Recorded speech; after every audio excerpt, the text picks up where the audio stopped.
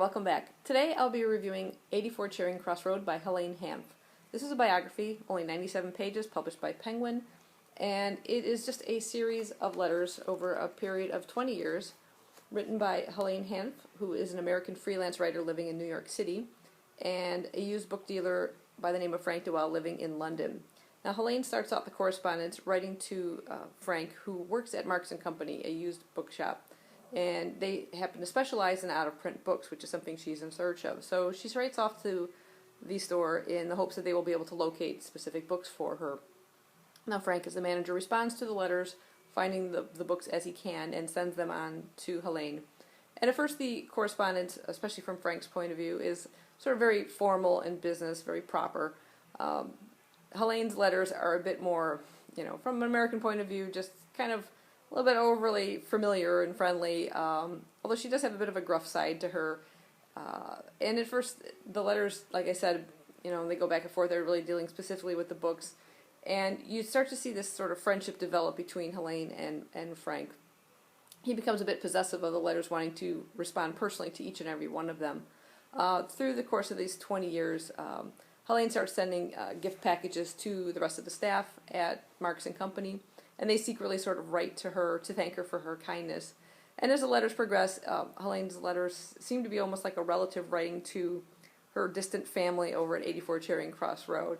I really enjoyed reading these letters. It's something like a lost art of writing letters. Everything these days is such a rush, a quick email, a tweet.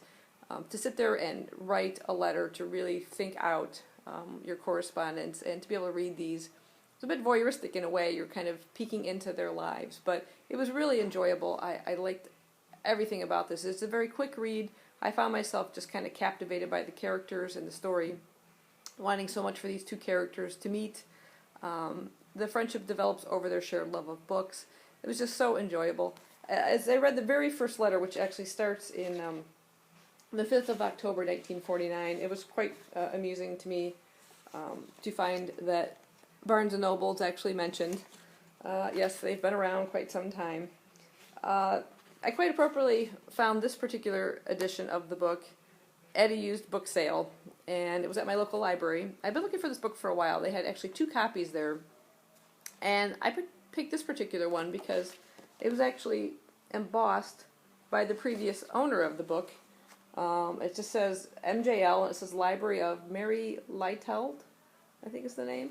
And there was something just, I guess I like that personal stamp on there. It just seemed to make it more, I don't know, like an attachment to the previous reader, which if you read these letters, that's something that Helene seemed to be fascinated with. She loved getting used books and the way they would sometimes just open to a particular passage that might have been the previous owner's favorite, and it just made that connection to the book. So having picked this up at the library before I actually had read the text or come across that passage, it was funny that I happened to pick something that kind of connected me to the previous owner of the book. And I just love this edition, love the cover about it and everything.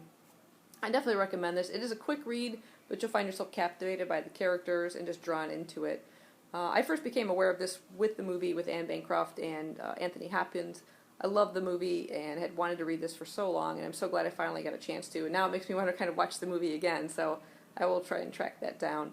So I definitely recommend this one. Thoroughly enjoyable read, and I hope you enjoyed the review. Thanks for watching.